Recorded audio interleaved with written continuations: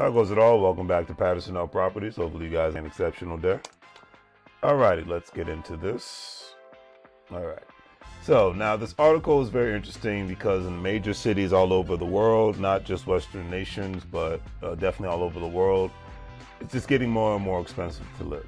And in some cases to even go to have a time, even go out and have a good time anymore, it's crazy. However, more and more people are becoming more creative when it comes to finding housing on any level within, especially within a major city. Today I want to talk about Harrison Marshall. As you see here, this porta potty is right outside that he utilizes.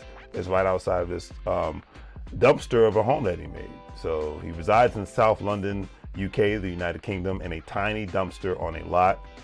And here it is, just to give you some perspective of what the dumpster looks like. Two different photos.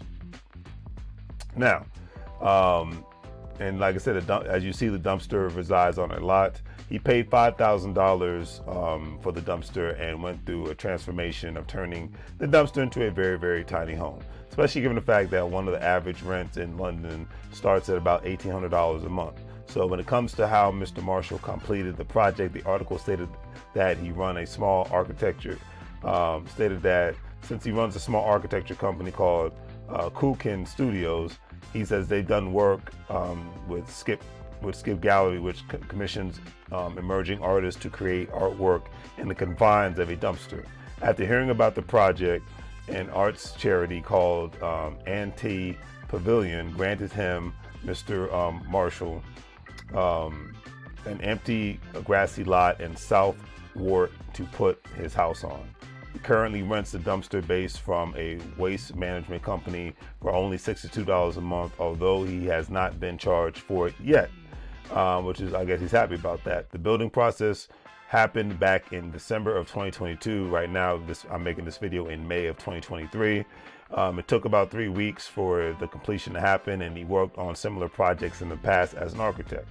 So he had all the tools and knowledge he needed to get this project going. And I just find stuff like this is fascinating because, like I said, this is, people are just getting back to the simpler ways of living in this life right now, because having a bunch of materialistic crap, having the picket fence house, is just becoming the thing of yesterday for a lot of people. So that's just something to take into consideration when you think about this. Like I said, very, very interesting to me, and it is what it is. For the materials, it costs a total of $5,000 to complete the project. Also, Mr. Marshall's electricity bill is so small that it is included in the land sponsorship, and his water supply consists of a hose pipe that runs from a neighbor's property. His Wi-Fi, he uses a dongle connected to mobile data to watch Netflix and take Zoom calls on his laptop. This costs about $20 a month. The dumpster base in itself is only 25 square feet, as you can see. Me personally, I'm 6'3", 6'4", so I would not be able to fit into this domicile. But hey, to each his own. That's my mindset. All right. So, anyways, the cost.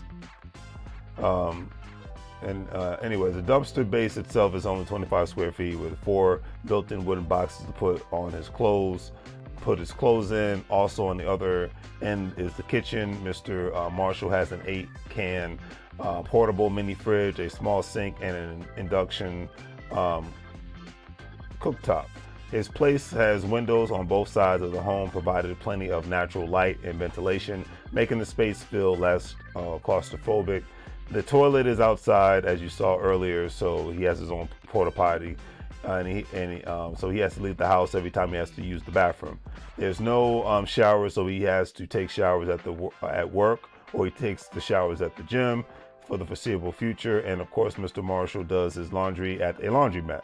And when you truly think about this, it displays how we can take many things like having indoor plumbing, running hot water at our disposal for granted. The article ended on this note stating that Mr. Marshall has been living there for a few months now, and managing its inconveniences has slowly gotten easier. Because I can just imagine in the beginning how hard it must have been to deal with these inconveniences. Like I said, this is his bathroom, this is the lot, and now you're going to see this is how this is his living space. And before I even go on, before I even end this off, you know, I remember years ago, I think it was around 2015 to 16, it was the minimalist movement that was starting to take place. And most of the time it was because of people living in very, very expensive cities like, you know, in other countries like London, New York City, San Francisco, the whole Bay Area, as far as in the United States of America.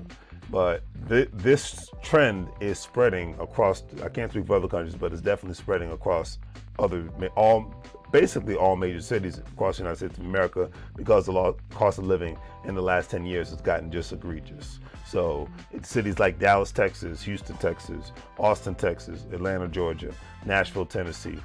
These metropolises now are getting close to being as expensive. Washington, D.C., they're getting close to being as expensive as in New York, or possibly San Francisco. Only difference is the taxes aren't as egregious. The tax structure is better compared to, you know, California and New York, but cost living wise, rent wise, going up.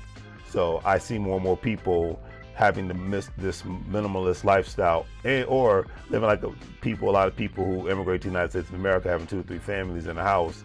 It's just going to become the norm. That's just my personal opinion, and I'll just leave it at that.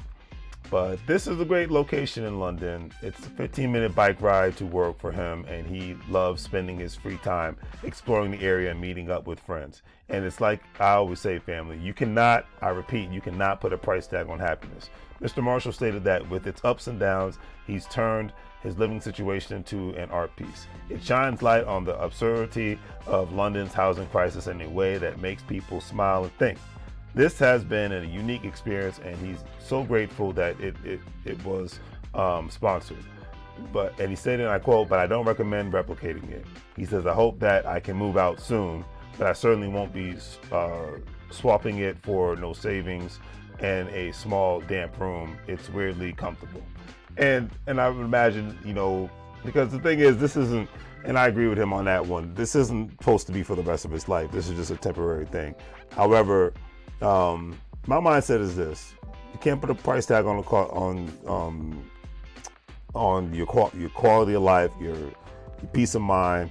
And a lot of people, especially people get older, they don't understand how a lot of people like living in a major city, living in a small place like this. And I just have to say, it's not always about, and hey, I'm a real estate guy, but a lot of times it's not always about having the picket fence and the nice 2 to 3 level home and whatnot. A lot of people don't mind living in a small space as long as they can walk the city streets and enjoy the convenience of living in a major city. So sometimes you just, like I said, you can't put a price tag on happiness. All right. Hopefully you guys enjoyed today's video. Don't forget Patterson Up Properties. We wholesale real estate in the DMV area, Allentown, Reading, and Harrisburg, Pennsylvania area, and all that good stuff in Baltimore. So check us out. Go from there. Links are in the description, and it's all good in the neighborhood. Don't forget, if you're a stock market investor, crypto investor, individual retirement account investor, don't forget to check out WEBULL Stash, acornscrypto.com. With all those platforms, you'll be able to make some money. We're with the Gold Standard Partners. We not only have the opportunity to invest in cryptos, but you have the opportunity to invest in NFTs, and for others to do the same thing, make money out there, purchases and memberships and all that great stuff. So on that note, remember, you can't get fired if you own the company. It's 2023. It's time for you to own something. Do the great thiefy things, like, share, and subscribe. Have a great day. Make money moves, or you're going to live broke like a fool. Take care.